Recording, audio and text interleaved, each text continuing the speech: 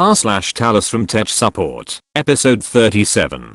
Lost 2 years of work on hundreds of millions of dollars worth of business accounts today in 20 minutes.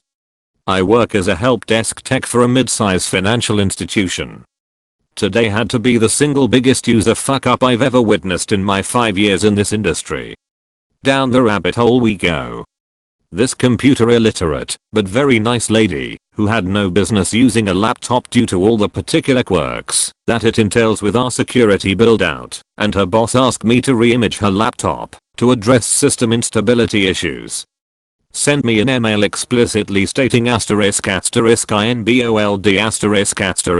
that all files were saved to her network drive and her local HDD had not been updated since 2017. Only the parts about where she saved her files were bolded, which just makes this even juicier. I re-image the laptop, wiping it clean. Reinstall everything, smooth sailing, and the laptop is running great. I escort user back to their office to get everything situated, configure displays, pair peripheral Bluetooth devices, accessibility options, etc. Everything is done and running like new. Well, they had their, now documented, facts backwards about where her work was saved. Goodbye 2 years worth of work on hundreds of millions of dollars worth of business accounts. We and Cybersec both scanned the entire network for any copies, none. Rolled back her personal network folder to 2 days before the reimage. Most recent files were from 2017. No traces anywhere. Not a single file had been saved anywhere but good ol' C \. And she was the only person who touched these files in the last 2 years. A cautionary tale to be sure. Mandatory periodic computer literacy courses for your generation gapped employees, my friends. Don't skip it. Don't give passes. There are of course many angles to consider regarding what measures could have been in place to prevent this, but at the end of the day, current, likely to change after this though, company policy completely absolves us from responsibility for users failing to save their data where they have been clearly instructed to. It also states that all local copies are considered their personal responsibility to back up. Marketing has it covered. Been debating whether to post this one, but since I haven't had an apology from the person involved, I might as well. So our corporate website is hosted by $THIRDPARTYPROVIDER. We are not impressed with their service. They have frequent issues to the point where I ignore our site detector alerts with specific titles. They force us to use inline CSS. None of the marketing team like it. We hired a new marketing person a while back, and she's been looking into the site. She's got experience as a developer, so has some knowledge of good practice. She knows to talk to me for tech issues, and because I've mentioned I've done development in the past, she starts asking for my advice on the site. Because our site is really quite simple and our product is hosted elsewhere, we both float the idea of a static site, using a tool like Jekyll to generate the end product. We run through the pros and cons, and it gets my seal of approval from a security standpoint, because it means no CMS, ahem, or WordPress, to keep up to date, and free of entry points. Updated content can be added via Jekyll. We can host it out of an object store on our current cloud provider, since it's pure HTML. It ticks all the boxes. $marketing then finds a provider, $SSG, that uses Jekyll to generate the site, and provides a WYSIWYG editor on top for things like blog entries. Even better, they're able to store the code in GitHub. I create a repo with the right permissions, she gets it all set up, and it makes good on its sales pitch. It works. From a neglected site that was always edited, live in production with no backups, there's now Git history and a trail of who added what. I'm liking this now. So $THIRDPARTYPROVIDER'(s) annual renewal comes around. It comes to my team, operations, because we handle all the money. My boss forwards me the email, and, yes, she actually did, asks me to do the needful.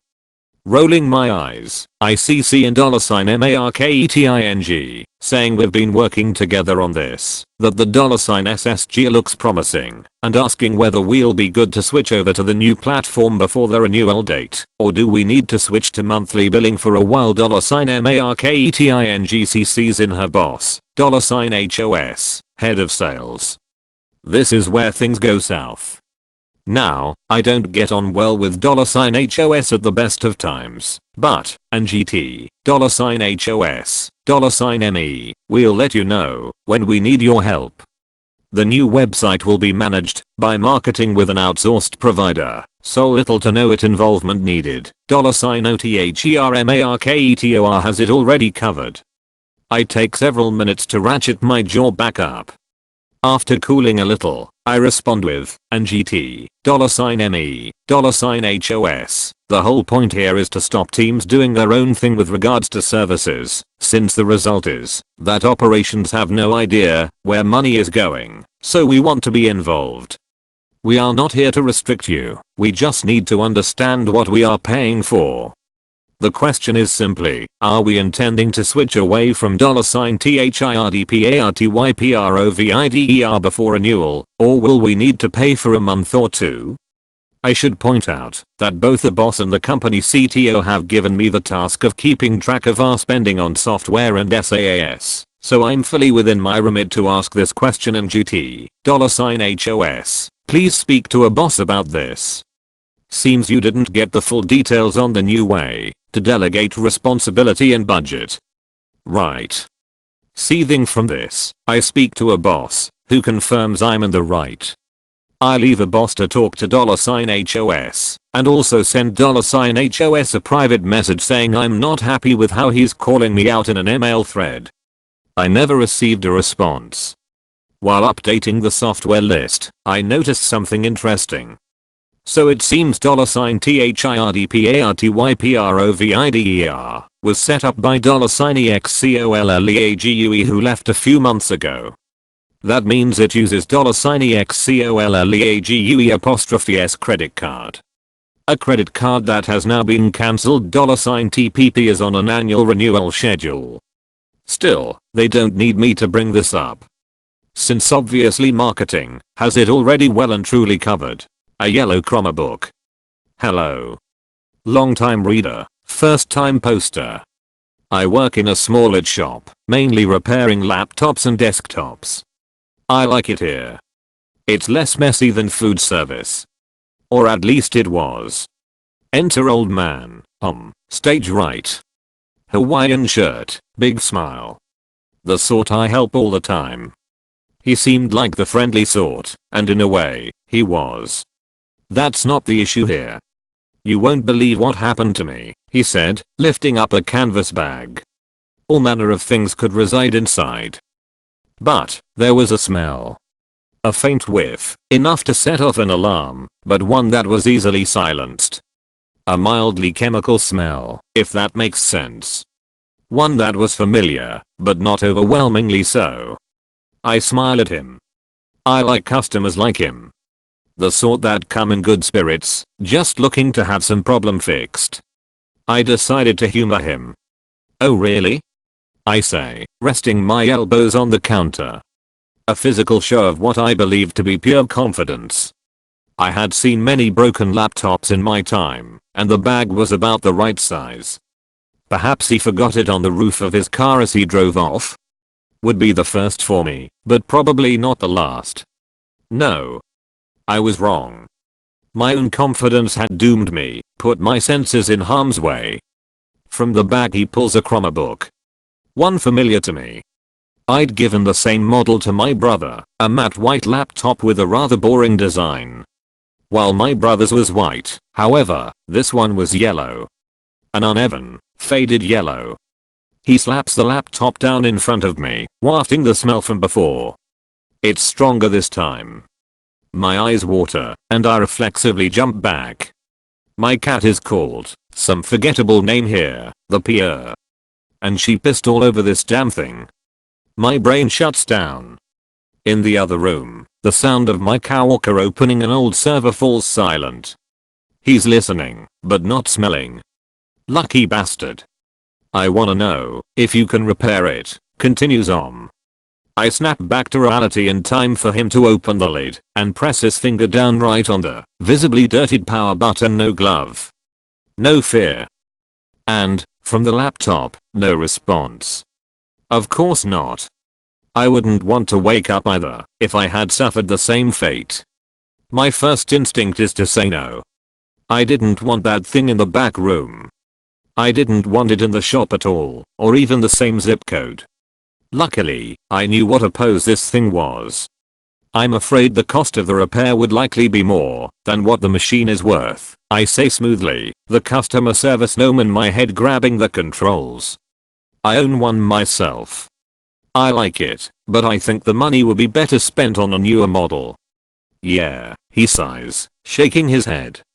The lid is still open. I want to close it, but, bare hands. Maybe I could push it shut with a stapler, or pen? No.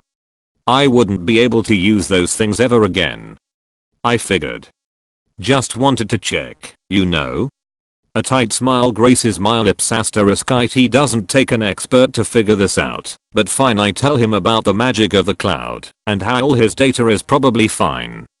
I doubt he had any files stored on it, anyway. He agrees with my advice, thanks me, and leaves. He takes the laptop with him. I'm not sure what I'd done if he hadn't. I've opened all the windows. The smell remains.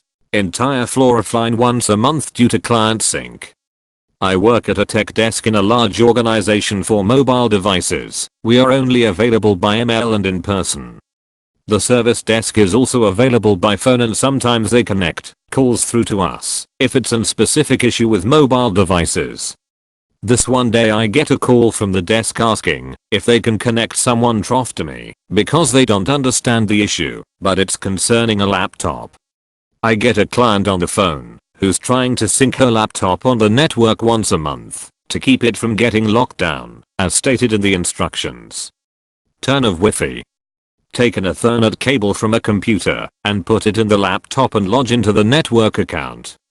A lot of people come by my desk to do it for them, since the Ethernet cables are often secured to the PC with T-wraps. She's followed all of the steps, but when she tried to log into the laptop it says she doesn't have a network connection. We go through all of the logical steps and questions, but it seems she did everything right. The PC had a network connection before, so it wasn't the cable or outlet. I asked her to make pictures of the situation, put everything back to the way it was, and come by the help desk. She shows up a few minutes later. I plug in the cable to her laptop, log in, and the laptop is synced. No problem at all. I ask her if I can take a look at the pictures. I see the laptop and computer both in one picture, and both of them have an Ethernet cable plugged in. She tells me the Ethernet cable is secured to the PC, so whenever she tries she takes out another cable from the wall. And this cable is not secured to the PC directly. There is a switch in between, because the floor does not have enough outlets. And at this point I get a call from my manager asking me if I can go over to this office, because they have a major network issue. I tried to explain to the client what the difference is between the cables and how it caused the network issues, but she didn't seem to understand. She just blamed tech support, that every time she tries to sync her laptop our faulty software makes the internet explode. Seems this used to happen once a month and the cause was never found, cause when support came in she has put everything back in place already. Now I ask her to come by my desk, and I'll do it for her. Screws are hard. Obligatory on mobile warning. TLDR at bottom, I work on an help desk for a company of developers. I've got lots of silly little stories like this. This is an older one and the interactions aren't 100% some background. Recently we've started replacing our older monitors and got a good deal on a bunch of high definition monitors. Great monitors, but a proprietary, non-adjustable stand. Those users who were assigned these shiny new screens also received monitor stands, with the caveat that the developer in question assembles it themselves. 50 odd users got these stands. This is where the story begins. $DEV. Hey, when I got in this morning, I saw that my desk hadn't been set up. $ME. What do you mean? $DEV. I haven't got a monitor stand and the screens are too low. $ME. You do. I stuck it under your desk for you to stick together when you got in. $DEV. Oh okay. Can you do it for me? $ME. Sorry man. Per policy we don't do that for you, but it should only take you a few minutes. $DEV. Oh, alright, I'll have a look. At this point the dev walks away, and I think it's over. Boy was I wrong. 30 odd minutes went by, and I see the dev walking back towards, with a very pissed off looking operations director. $OD. Offuck point JPG. $OD. OI $ME. $DEV says that you're refusing to help him fix an issue on his workstation. This unacceptable Ann. I cut him off. I was tired and grouchy from doing overtime the night before. $ME. What issue? There are no tickets in the desk from $DEV. $OD looks at $DEV for an answer. $DEV. He hasn't set up my desk and I can't do any work. $ME. Hang on. Are you talking about the stand? $OD. Stand. $ME. Yeah. $DEV came over asking to put his stand together this morning. $DEV. So why didn't you? At this point I point at the policy poster we keep on the wall, specifically point number 5. It is not responsible for desk equipment that is not electronic. $OD. Oh. $DEV. Can you make an exception? It's too complex. $ME. It's 4 screws. If you can't manage that, you're in the wrong job. At this point the penny drops for $OD, and he turns to $DEV. $OD. Why the fuck are you wasting my time and company resources on something a 3-year-old could do? Go back to your desk and get on with your job. $DEV leaves and $OD apologizes to me before also leaving. TLDR. Dev can't figure out how to screw 4 legs into a bit of glass. Gets senior management involved. Remember your basics. I'll start by straight up saying that both people involved, me and the user, were 100% at fault for failing to verify that we'd done tech support 101 troubleshooting steps.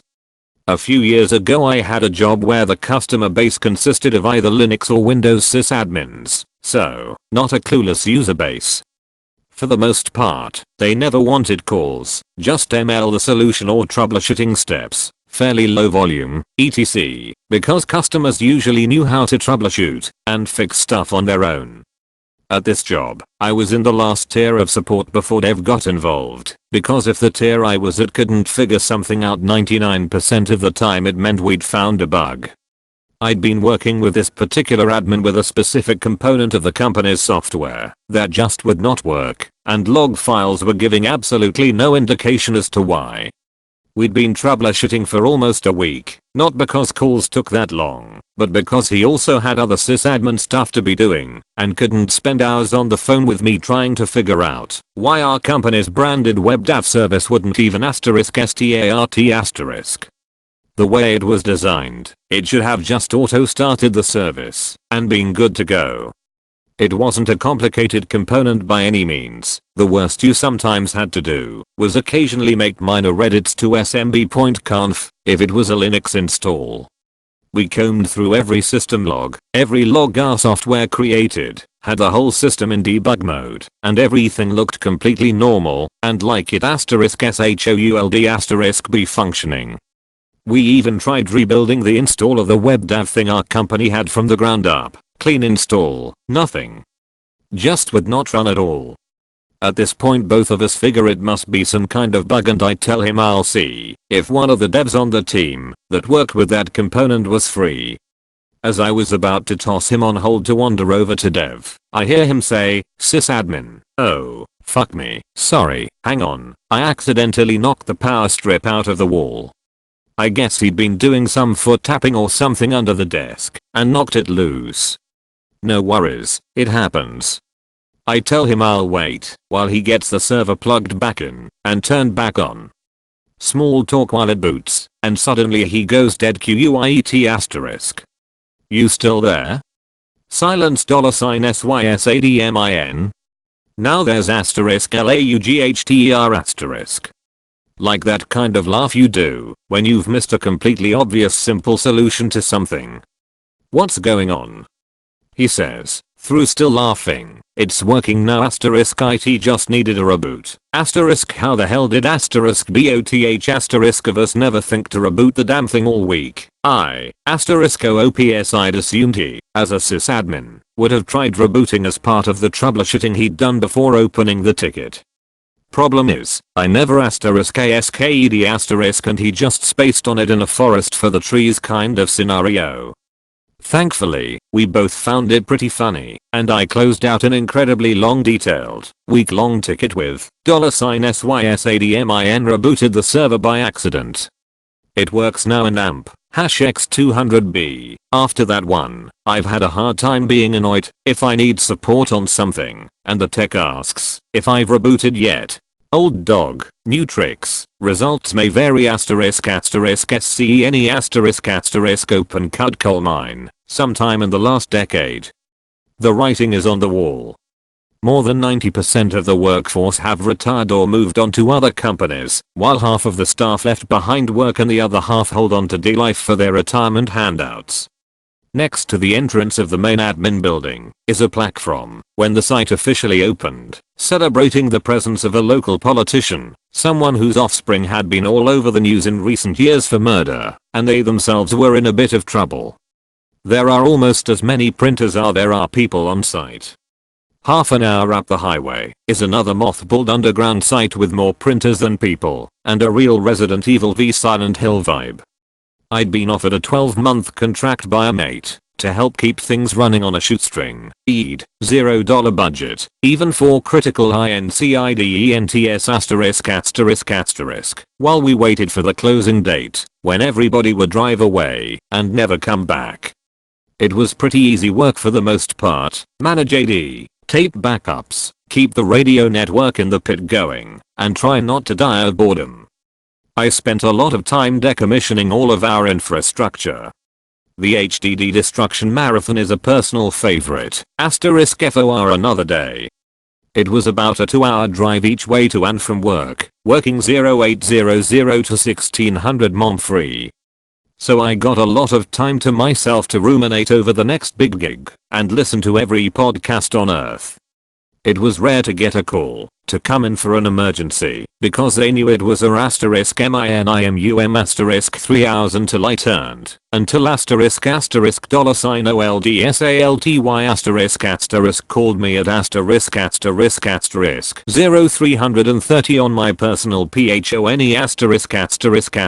and GT, $THISGUY, what in the love of a good night's sleep did you break? $OLDSALTY, sorry to wake you, I just can't log in to put my timesheet in. $THISGUY, look mate. It's 3.30 am.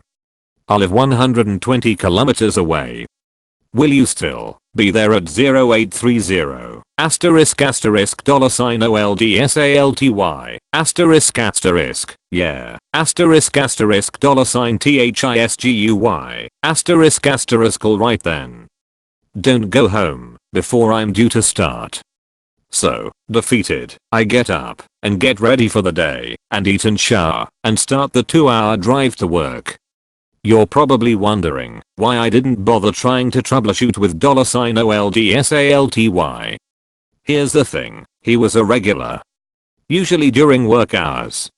Every damn fortnight he would find a way to put in a ticket. *WHO the hell knows how he figured that out, but he was a favorite simply because he followed the RULES**, and it always came in at around $0400. $OLDSALTY was also almost entirely legally blind. He'd been on the job so long that even his kidneys were covered in coal dust. He was such a liability to himself that he even needed special permission to use a shovel, lest he damaged himself or something valuable. He would get driven to his work site for the day and his supervisor would surround his area with *BRIGHT blue *REFLECTIVE traffic cones to stop others going in and from him going out. He was just waiting for his D-Day. It wasn't worth trying to troubleshoot with him over the phone 3 hours before sunrise over something non-critical. So I arrive about 0630, make a coffee, and call him from my work provided number. No answer *, I guess he's still at the PC, trying to log in. Better walk down to the mess and find out. Yup, he's still there. On the screen is that fun old warning ****, caps lock is on ***, and GT $THISGUY ***, have you been sitting here since 3 am? $OLDSALTY yeah. I'm going on leave for a month, and if I don't get this in I'll forget to pay my mortgage before I go on holidays. No matter what I tried, he just didn't get the concept of what caps lock did or why it was important. No issue, I just need to figure out a way to get a process into him. He was too blind to see the warning on the screen. The keyboard we were prepared to let them use in the mess room had more coal dust on it than his kidneys did. Not a letter or light to be seen, even after a half-hour scrub. It wasn't going to get replaced. Mostly because anyone who used it had hands like Thor and typed like my grandmother did, and the aforementioned budget. Sure, we had spares from decommissioned workstations, but they were still in low supply thanks to a light-fingered office manager. So I tried something else ***. I taught $OLDSALTY how to reboot the communal PC. It turns out he was pretty used to turning things on and off all day. Generators, his truck, his phone. He would turn it off until he needed to make a call, so he didn't have to waste any time waiting for it to charge. So, after a quick lesson, I sat back to watch him reboot everything and try again to log in. Of course, caps lock was off after a reboot, and there was no longer an issue trying to get in and GT $OLDSALTY oh shit man. I'm so sorry to wake you this morning for this. Feel free to tell me to piss off next time. I didn't hear from him at work ever again. We also had fewer tickets for the mess PCs used by the laborers to and amp #X200B. Fast forward 3 months 11:30 on a Saturday. Day off. Phone call from a number that looks awful familiar.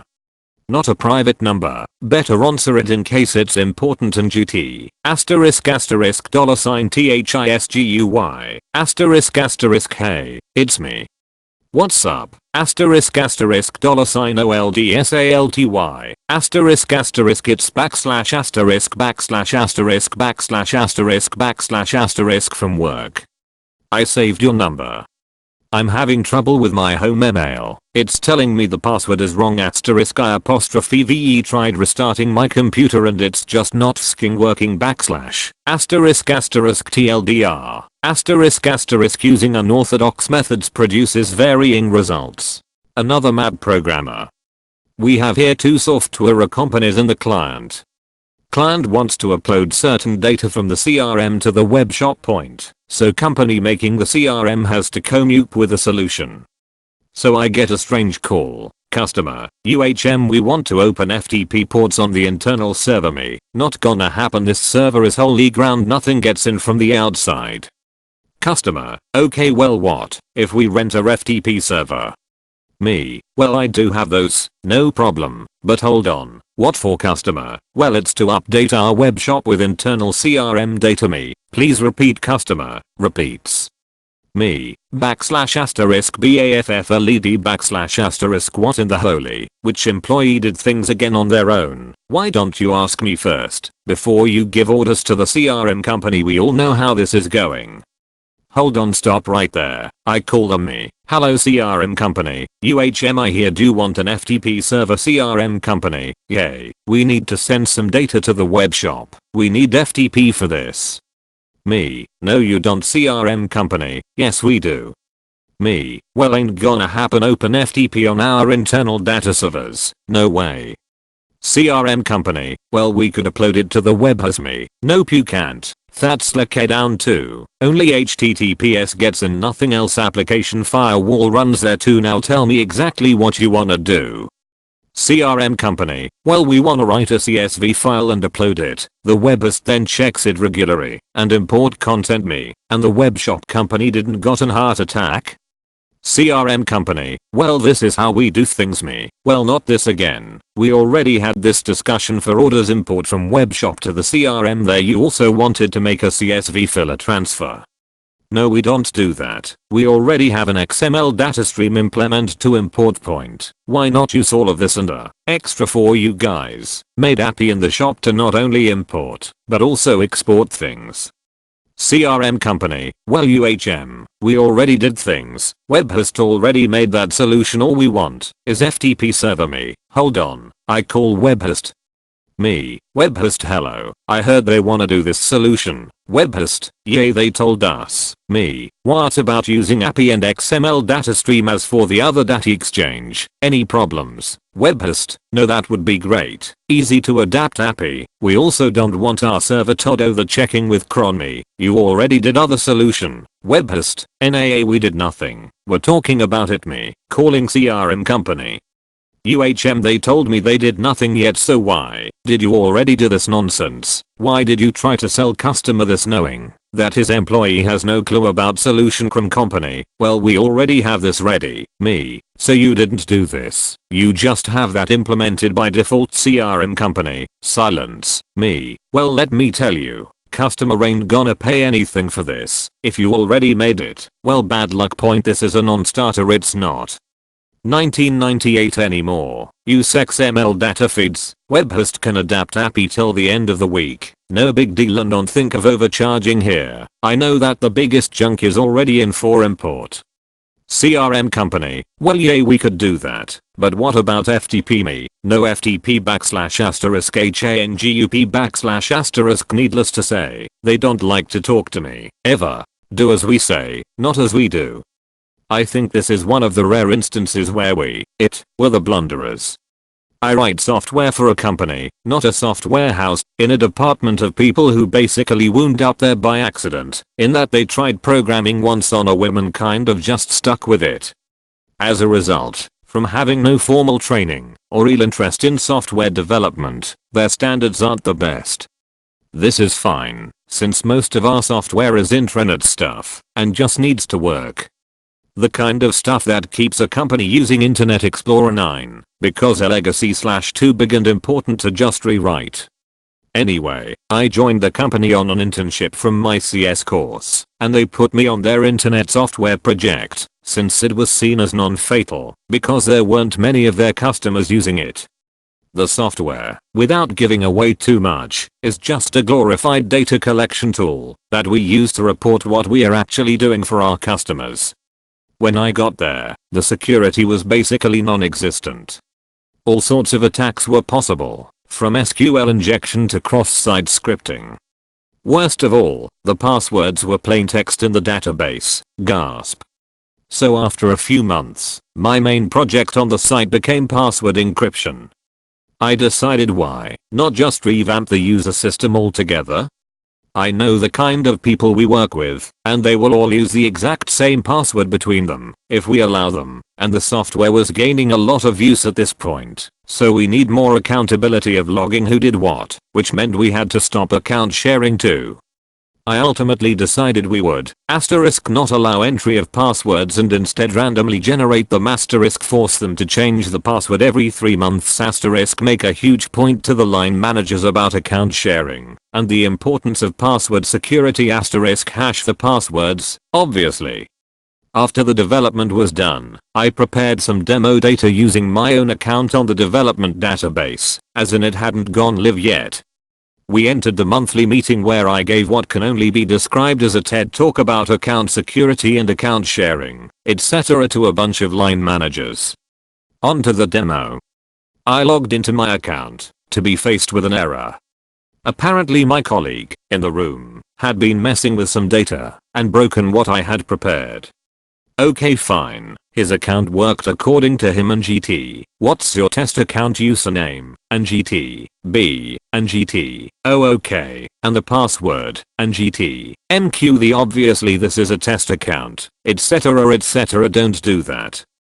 We had a full 5-minute pause for piss-taking and laughing at the dumbest developer and the student whose point backfired. Luckily the software is up to standard now, and after the initial complaints of why I can't set my password to password, they got on with it. TL. Doctor told off a bunch of managers about them and their underlings' piss poor passwords, only to then use single character account details 2 minutes after.